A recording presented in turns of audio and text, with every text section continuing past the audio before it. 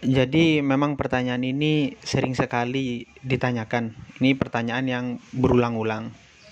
Nah, Assalamualaikum warahmatullahi wabarakatuh, Ustadz. Kira-kira bisa dikatakan sama nggak orang yang pacaran sama orang yang nggak pacaran tapi dekat? Nah, jadi jawabannya itu seperti ini. Sebenarnya kan yang dilarang di dalam syariat Islam itu bukan sekedar namanya saja. Jadi bukan sekedar nama kami berpacaran atau kami tidak berpacaran, enggak. Tapi lebih dari itu, yang dilarang oleh syariat Islam ini adalah perbuatannya. Jadi sekalipun namanya tidak pacaran, tapi kalau perbuatannya serupa seperti chattingan, ngobrol, jalan bersama dan yang semisalnya, maka walaupun status atau namanya tidak pacaran, ya dosanya sama saja, karena memang yang dilarang dalam Islam ini bukan hanya sekedar status dan namanya, tapi perbuatannya. Sesuai dengan firman Allah Subhanahu wa taala dalam surat Al-Isra ayat 32, A'udzubillahi minasyaitonirrajim. Bismillahirrahmanirrahim.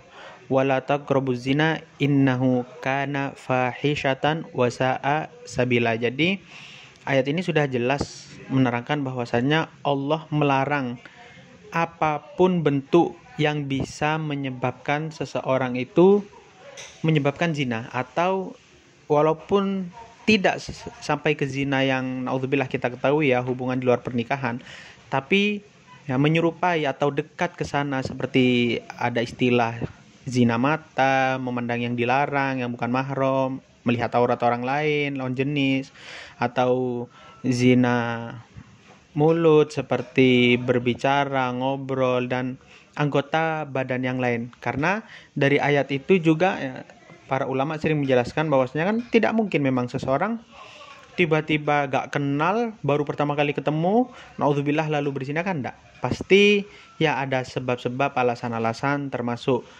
kedekatan-kedekatan, mungkin dimulai dari kenalan, chatting, dan semisalnya. Oleh karena itu di dalam Al-Quran, sekali lagi Allah SWT menegaskan dalam firman-Nya bahwasanya wala taqrabuz zina, jangan mendekati apapun perbuatan yang bisa menjerumuskan atau menyebabkan perbuatan zina itu sendiri.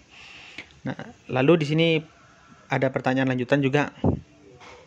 Kalau yang sudah terlanjur gimana, Ustadz? Nah, jadi apapun bentuk dosanya, tidak hanya terkait yang akan kita bahas, apapun bentuk dosanya, kalau sudah terlanjur melakukannya, maka apa solusinya? Solusinya adalah dengan pertama, segera meninggalkannya. Jadi tinggalkan. Nah, yang kedua, jangan diulangi, dan yang terakhir, bisa dengan istighfar, bisa dengan membaca sholawat dan ibadah lainnya, terutama istighfar yang niatnya untuk meminta ampunan, bertaubat kepada Allah Subhanahu wa ta'ala. Nah, lalu ini juga ada pertanyaan yang lain. Tapi Ustadz, hanya chat biasa saja, tidak ada unsur gombal dan lain-lain. Nah, jadi sekali lagi ya, tetap bertajuk atau berdasarkan firman Allah yang tadi, intinya yang melarang kita untuk dekat-dekat.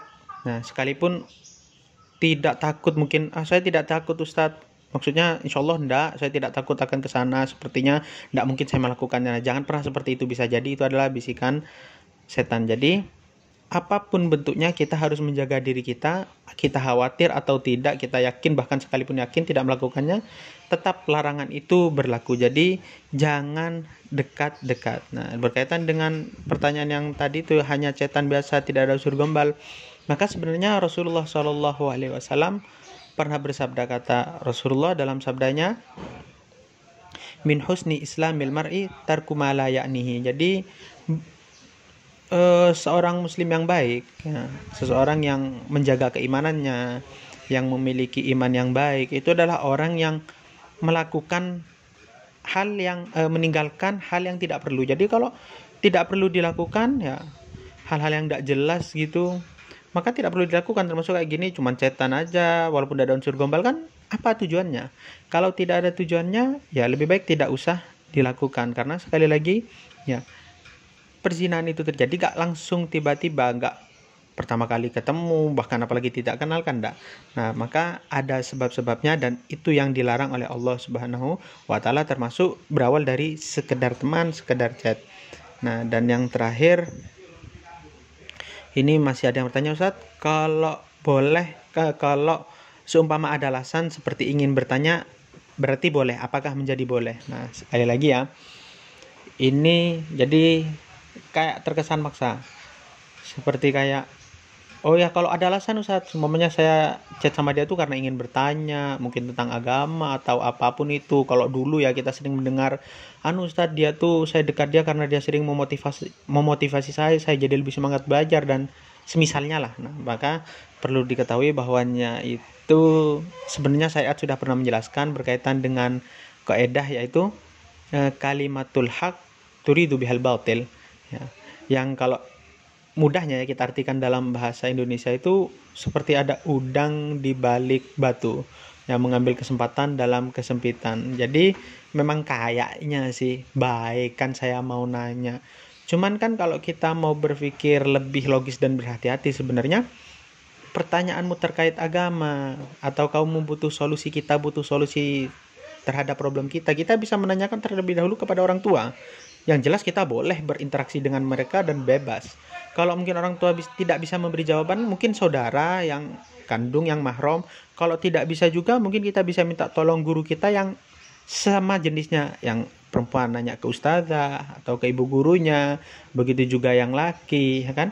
Kalau seumpama pun tidak ada yang perempuan menanya ke ustazah, sudah ustazah pun mentok ya mereka nggak punya jawaban, kan mungkin bisa ustazah itu menanyakan ke gurunya yang lebih sepuh, yang sekiranya kalau kita bertanya kepada mereka itu lebih terjamin lah, lebih aman dibandingkan ke yang seumuran, yang sejawat, yang sekiranya bisa menimbulkan fitnah.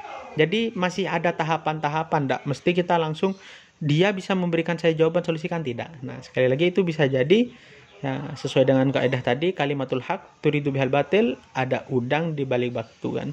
Ada mengambil kesempatan di dalam kesempitan bahaya. Nah, jadi sekali lagi, lebih baik kita ikuti apa yang telah Allah firman dalam surat Al-Isra ayat ke-32.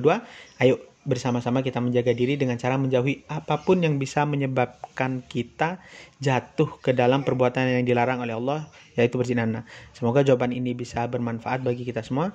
Wassalamualaikum warahmatullahi wabarakatuh.